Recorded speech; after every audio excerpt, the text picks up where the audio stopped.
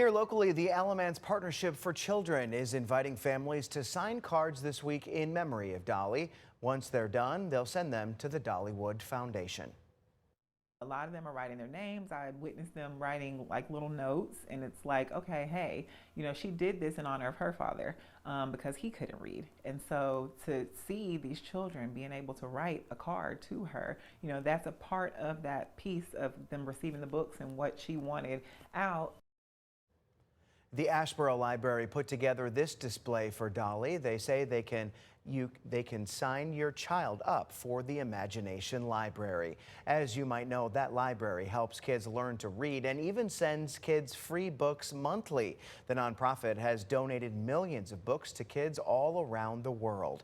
WFMY News 2's Ben Briscoe heard from Dolly's local partners about the impact of the Imagination Library. One of the things that is so cool about Dolly Parton is how many different generations love her. From our grandparents who watched her on the Porter Wagner show right here on WFMY News 2 back in the 60s and the 70s, to people my age who grew up on her movies like 9 to 5 and Straight Talk, always one of my favorites. To the kids of today, more than 3 million of which have received free books from her Imagination Library.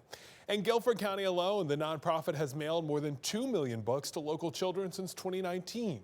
And today, 61% of children under 5 are enrolled, receiving a free book every single month. And it's a growing program, serving nearly 19,000 local children last year. She was who she was. She loved all people. Which is not something that everyone else can say in this world right now. I mean, she really, truly believed in leaving this world a better place. I immediately signed my first son up, and then I proceeded to have 4 more children, and so now we had a lot of books. Betsy Larkin of Greensboro homeschooled her kids and used the books as a classroom tool. 14-year-old Luke and 11-year-old James still look back on the stories and smile. But I do remember a few. My poppy has a motorcycle.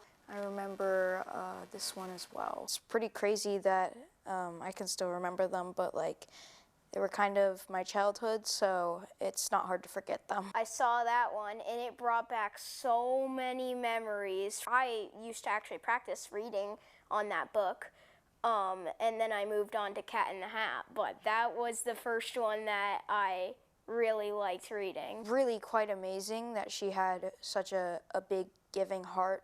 Dolly is an inspiration, that she came from such humble beginnings and she never lost that humility. Instead, she took it to create empathy and spread that to other people. Ben Briscoe, WFMY News 2. Dolly Parton left an indelible mark on the world, the United States, particularly the South. Outside of her home in Brentwood, Tennessee, fans left flowers and a sign that says, "We will always love you." In Sevierville, fans placed flowers, balloons, and signs next to a statue of Dolly. We ask that you join us for a moment of silence. Dollywood in Pigeon Forge will remain open this week as Dolly Parton wished. Now visits to the theme park have another meaning. She's the reason why we do what we do every day, why most of us go out of our way to check on people and check on our elderly and all that. She set the example that we should be following. Dollywood isn't open year-round. It will close on January 3rd for the winter. The park's president says he has no plans to change what makes the park special. We carry her light forward. We will always love deeply. We will always dream big. And we will continue to put wings to the things that she wanted to do. We're also getting lots of comments from people who remember seeing her when she last performed in Greensboro back in 2016. Dolly will have a small private funeral for immediate family. Her family says that instead of flowers, you should donate to the Imagination Library.